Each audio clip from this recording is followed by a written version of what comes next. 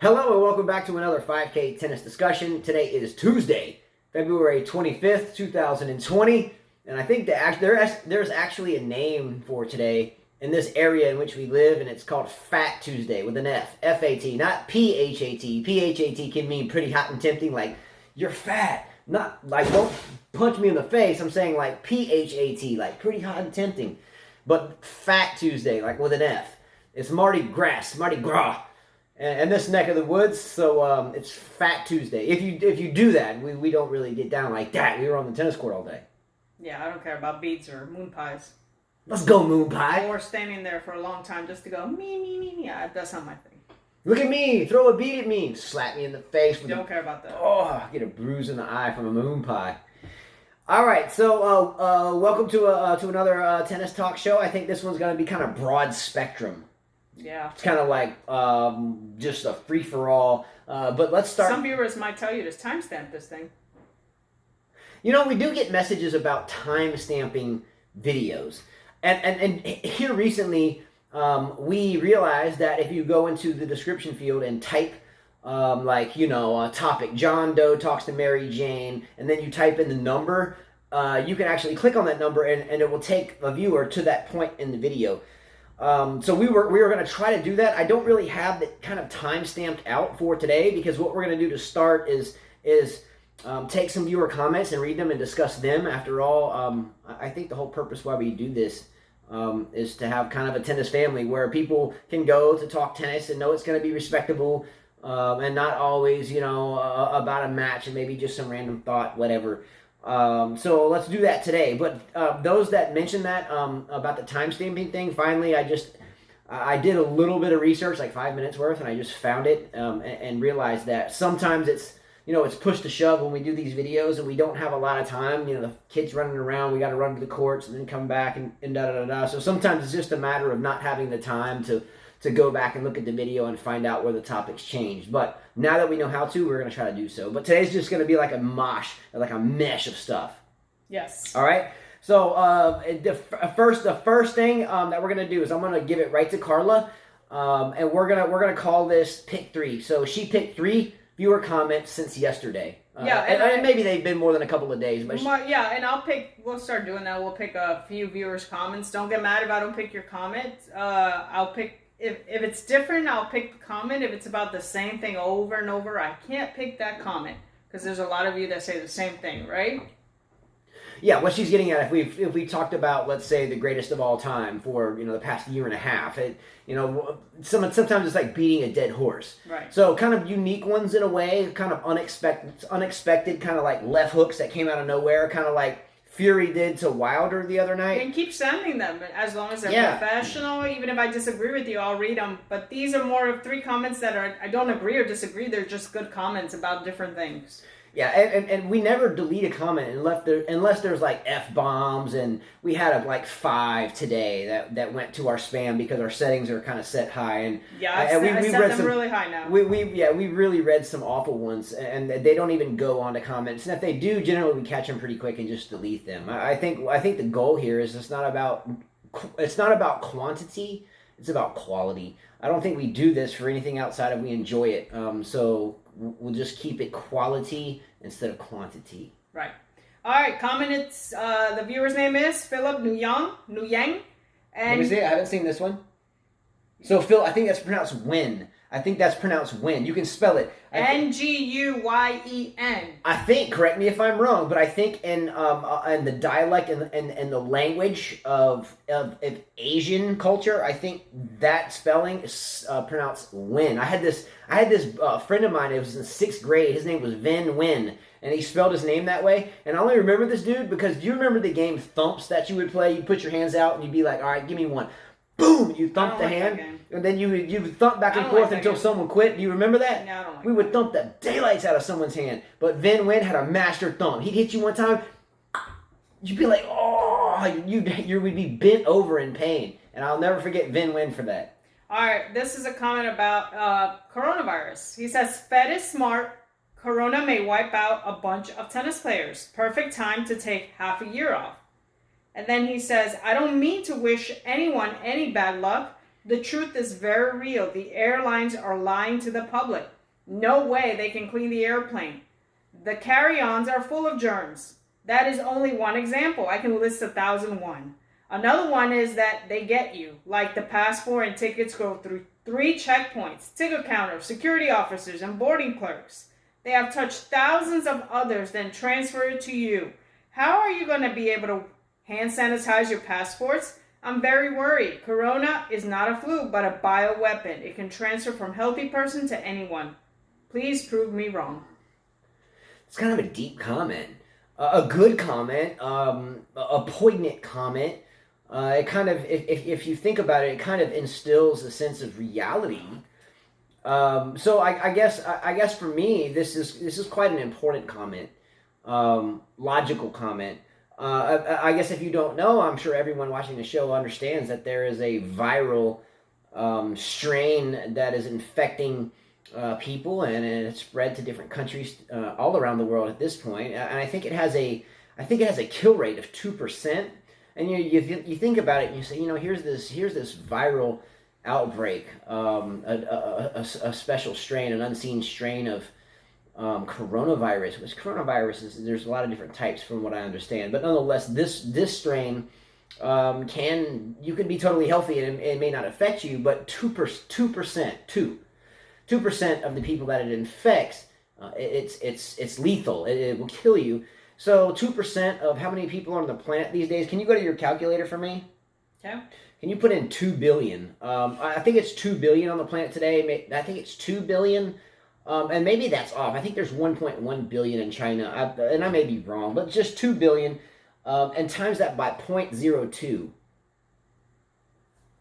So that's 40 million people that die. So that's quite a big number if you factor in the statistics or the mathematics behind that. So I'm going to give a standing ovation here to Philip Wynn, and I'm fairly certain that's the correct pronunciation. Don't slap me in the face or thump me in the ear if that's incorrect, but I'm fairly certain.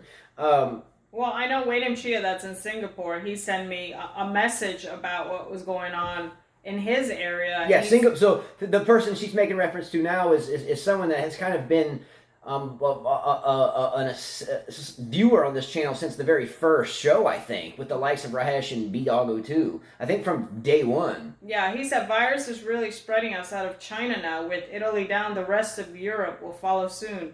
Iran has 50 deaths. No way the number affected is only 100 plus. I believe there's many undetected in such third world countries. The concern is the undetected ones that go overseas. Fortunately, the spore is small. Our number hospitalized has gone down to 37, though the total infected since day one is 90. So, big shout out there to Philip Wynn. Again, I hope that pronunciation is correct. And so, Waydam Chia, what's up? Not only that, he says it's going to affect the economy, the stock markets. He said, be smart, buy masks. Well, the reason why it would affect the economy is because if anything spreads and there's no finite cure for it, or there's not enough abound to keep 40 million people from dying, people go into lockdown situations. I think in Italy they're dealing with this. I know in China they've dealt with this. So it would affect the economy because no one can go to work. And if no one goes to work, then the economy dives. So it's a domino effect there. But a very important comment. I don't know anything much less outside of a very little bit of tennis. I'm just a dumb human being, seriously. I know nothing about anything, and I get dumber every day, it seems. I don't know anything about this, but I do know that there's a lot more than meets the eye to any story that you read. I'm not necessarily saying we're dealing with a bioweapon here. It's possible. I mean, it's possible. Well, he said Federer's smart not to play. I know. I read today where there's a lot of challengers being canceled in Asia. A lot of them. Okay, so this is another thought evoking thing, and because of Philip, I just thought about this. Is it not true that the 2020 Tokyo Olympics are set for this summer? Correct. I mean, you don't have to look. I know. Yes, that was a rhetorical question. Yes. So the Summer Olympics are planned for Tokyo 2020, and that'll come up in a few months. I think it's also true that there was a nuclear disaster. I would be scared to go. There was a nuclear disaster at Fukushima. Again, much love to all the Japanese people, a fine culture and a very dedicated country to everything. Warriors there. But do you think maybe if you were an Olympic athlete, regardless of the what sports you played in, do you think maybe you would rethink going to Japan for the knowing its close proximity to the epicenter supposedly of this coronavirus and Radiation. near a radiation issue that can cause cancer really quickly.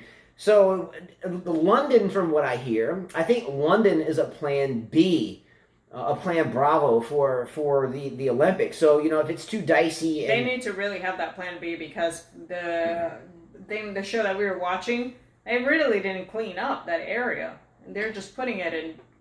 It's a Band-Aid right now. Oh, you mean the nuclear fallout? Yeah, they're planning to have the ceremony close by. I wouldn't go.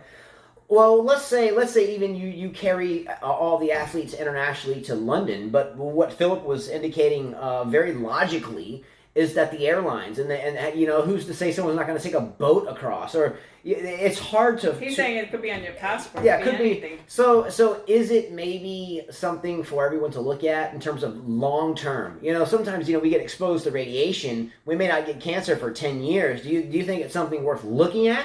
From the athlete's perspective, no matter where it is, especially if the epidemic with the coronavirus turns into a pandemic. The difference is, as epidemic it tends to be more localized, controllable. Pandemic is, oh crap, we got an issue here, and now 40 million people may die.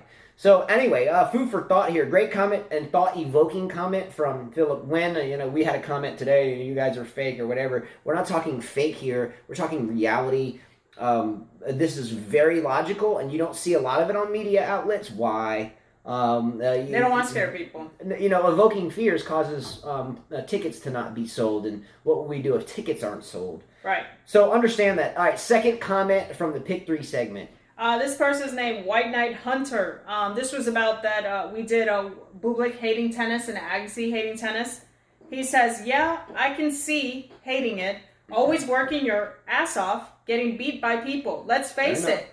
To win, you have to actually hate your opponent. Clean call. All that hatred can really eat at a person's soul. And then the only reason I'm mentioning his second one is because we've talked about grunting before. He says, as to the grunting, screaming, etc., I respect a player far more than if they don't do that. Look at Federer. He never screams or grunts, I don't think. He has sometimes. He has at the end, yes. The game is way more enjoyable when the players don't do that. I think it's part of gamemanship. It's part of the competition. Who can seem to be dominant one with their throat? I respect the sport a lot more if there was a noise rule. I think it's time. And he says, congratulations on almost 1,000 subscribers. A couple things on this comment. I 100% agree. And what was the name of the gentleman? White Hunter? White Knight Hunter. White Knight Hunter. Okay. I totally agree with this comment. I am the biggest proponent of a noise rule. I have been in coaching seminars from some of the major coaching organizations, and have been sidelined in a sense, and like, a standoff, not in a bad way, in a professional way. About, some coaches, they coach the grunt because it's better for breathing, or it makes them fire up easier, or it helps them stay strong and motivated, And there's boxers too, by the way. In boxing, they go... Well, in any mixed martial arts, you have to grunt. It helps you. So there's things, I don't want to sound like, I mean, sports as an athlete, we are, and sorry if I'm itching a little bit. We were on the court. We were on the court all day, or not all day, but from say 8 o'clock this morning till around 2:30, and there was gnats everywhere. Took showers, and I'm still kind of like, dang. But there are sports, any sport, boxing, tennis, they do it. But I don't think no matter what, in tennis you don't have a heavyweight throwing a right hook that might put you on the canvas necessarily every second. You're hitting a 2.3, 2.6 ounces, I think it fluctuates, tennis ball. So I don't care for it. I think it sucks, just to say it lightly. It sucks bad. So that's number one. Number two, he mentioned 1,000 subscribers. First and foremost, it's a joy to do this show, and I don't think that really. I think it's a good milestone. Thinking about it is, we sat on our porch one day and started doing. Actually, I had to drag her outside. She didn't want to do it. She was cooking for the kids, and I'm like, let's go outside and do it because we're gonna. I think what was it, the French Open on or Wimbledon? I don't remember. And I was like, let's just go outside and stop and let's just turn the camera around and hit play or record. Anyway, we recorded the first video. We started getting comments like immediately. And some of them were really bad too, like really bad. And I'm like, okay, let's not do that again. And I think Carl at that point was like, well, just delete those. And I think moving forward, we haven't changed anything until now, except kind of making them not 4 hours long like we used to.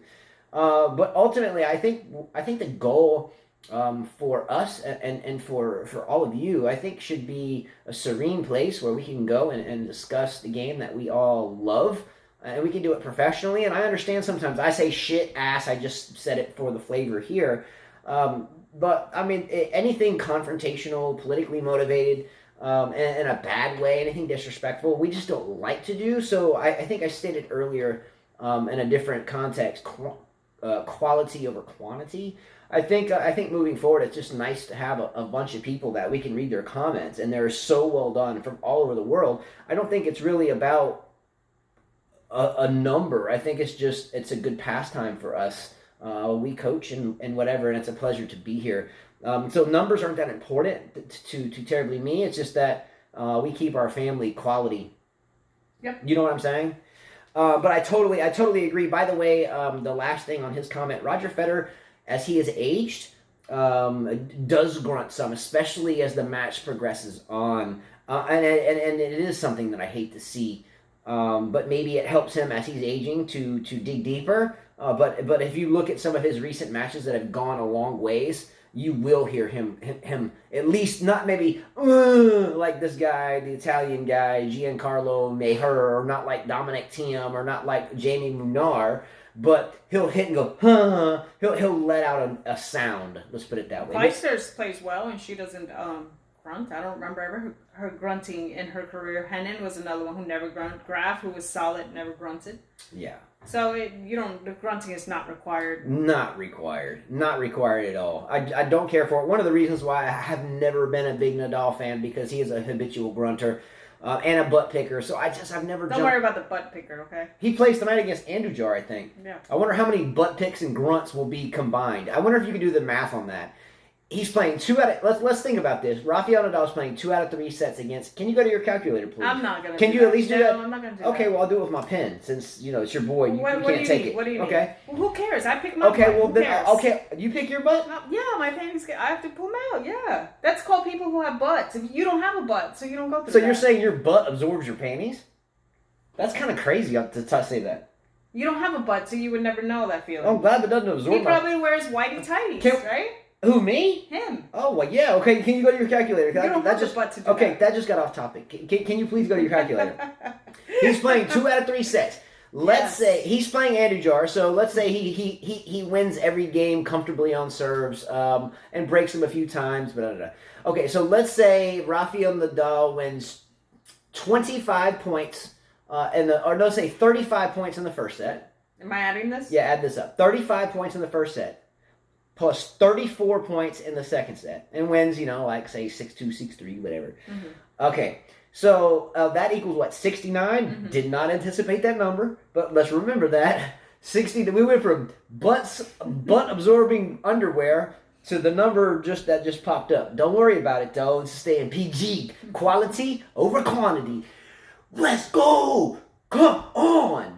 All right, so we have 69 now. Let's multiply this by, you're at least going to get, he serves 69 times if he wins 69 points. Well, no, because he'd be receiving. So he's going to serve 34 times. He's going to have 3 butt picks prior to every serve. We'll round the math down. 90 butt picks throughout the first set, 90 butt picks throughout the second set. So that's 180 butt picks. Plus, he's going to have a grunt on every one of those points times 3. So that's 90 grunts with an exponent of 3. So what is 90? Can you go, what's 90? What is 90? Times what? Let's go 90 times 90 times 90. What? Yeah, give me the exponent, because it's going to be deep. It's going to be huge. All right. 729,000. So he's going to have a whole total of 729,000 butt pics and grunts added together. That's ridiculous. No way. That's ridiculous. You didn't know how to do your math there. Okay, well, look, subtract about, 700,000, but he's going to have an ass load of ass picking. 29,000 butt pics, he's done. Check me if I'm wrong. Count them. Count his butt pics. He's digging deep. Maybe he'll get to 50 of that. No, mine was off on that last one. It should have been an exponent of 3. Come on, Justin. Yeah, anyways, who cares? We're like talking about nonsense, really. All right, anyway, next thing. All right, last comment of for the viewers' pick is Animal440. This was about, again, hating tennis. Tennis is by far the most saturated individual want to be a champion sport, especially the last 40 years. Chris Ever inspired by Billie Jean King, Graf probably inspired by Navratilova, Capriati Austin Davenport inspired by Ever, and so on. Honestly, it's parents who inspire young, impressionable 5-year-olds, especially in the ITF circuit. Names you cannot pronounce, namely because their names end in a vowel. Tennis is the one sport, and golf, a distant second, where you can make money on a consistent basis if you make it to the money rounds. And you do that between the ages of 15 to 25, maybe 30, and you can have a comfortable living afterwards. And you can do it and not even be famous, popular player as far as tennis media is concerned. A lot of these ITF players are coming from a worn, torn, and impoverished countries. Some good parents see their children in the sport as a way of getting out of the situation. And sad but true, some parents use it as a way for them to use their child for financial gain. Amateur wrestling is the only sport where the only benefit is, if you're good enough, is a college scholarship and maybe the Olympics, maybe. The only time that I was ever on a tennis court was in the middle of a winter shoveling snow so we could run gasser lines. Then shovel a lane on the track to run the laps. Believe me, when I say amateur wrestlers, MMA and boxers understand the grind. Making weight is no walk in the park. Too bad there's no such thing as a do-over. That's why I watch tennis, because I understand the grind. Yeah, that was a very, very good comment. Homeboy's obviously a student of a lot of sports. Wrestling? He obviously did wrestling. Well, he mentions boxers. He mentions martial artists and MMA. He mentions running lines and on the track. So at some point there was a sport there that wrestling. Oh, he was a wrestler. I'm guessing he's a wrestler because he said the only time he was on a tennis court was shoveling snow. So so there's an athletic background here. What I think is really, really, really, really, really, really good about this comment is just the overall spectrum of it. You know what I'm saying? Yeah. So he gave us the reason why people hate tennis. He gave us the reason why the international players are better than the American ones in that whole comment, and why wrestling could be such a tough sport, and why you can make money in tennis. Okay, so where in the United States in today, and this is just my opinion, and someone can fact check me and tear me apart, that's fine. But football and basketball in the United States is a way for besides, which now is going away, I was going to say besides quarterbacks, and even now that's getting changed in a way. But football and basketball, and respectively, quarterbacks with the likes of, say, the likes of Lamar Jacksons, Jameis Winston's, and so forth. The game of even football is changing to those that are hungrier to get out. So in the United States, you have the NFL, you have the NBA that's dominated by people that generally come from lower incomes, and they are hungry to get out and make them hungrier. Mm-hmm. You know what I'm saying? Now let's shift over to Major League Baseball, especially right now. It's almost dominated wholeheartedly by those from the Dominican Republic, respectively, and other countries as well. I'm not saying you don't have your home run hitters in there and some college players scattered around. I understand that there are, but those that seem to be at this point like the lights out dominant athletes on a constant basis generally are coming from Puerto Rico. They're coming from the Dominican Republic. They're coming from. Do you understand what I'm saying? Yes. It's because they're hungry to get out. They're playing this every day in bare feet on just wedges of dirt or the street, and they come to the United States and they're like, oh my gosh, this is like Candyland. So yes, he is absolutely correct on a lot of these younger players playing ITF events. By the way, more international events, not necessarily more like team events, especially Davis Cup, Fed Cup, stuff like that. A lot of these players simply are just they want to put some shoes on their feet. They're not worried about anything more than that. They want to eat consistently. They don't want to get their houses bombed consistently. They want to be able to sleep at night without without being scared of who's going to come through their front door or what's going to come through their roof. So they're hungry to get out, and they do it at all costs. And a lot of I've been heckled for, I don't know, the past a year or so. You're fake because you can tell you're a Federer fan. But now you like Djokovic. It's not like that at all. I am a Federer fan. I love the guy. I wish him well. But I think what we do this show for is reality. I don't think that the likes of someone that took practice as a young man, Novak Djokovic right now, that's still much younger and super fit, that took practice in bombed out swimming pools. I don't think at his level right now he's ever going to lose to Roger Federer again. So what I'm saying is because we have an objective show where we all come to talk about tennis and do our stuff and whatever. It's not that I don't like Federer anymore. I'm not making excuses for anything. It's just that in reality, I don't think that Novak Djokovic is going to lose to Roger Federer again. So that's why I don't think Roger Federer will win another major. I don't think Roger Federer will ever beat Rafael Nadal again unless it's on a court like the one in South Africa, the exhibition. I just don't think so. I just don't. So what I'm saying is he said it 100%.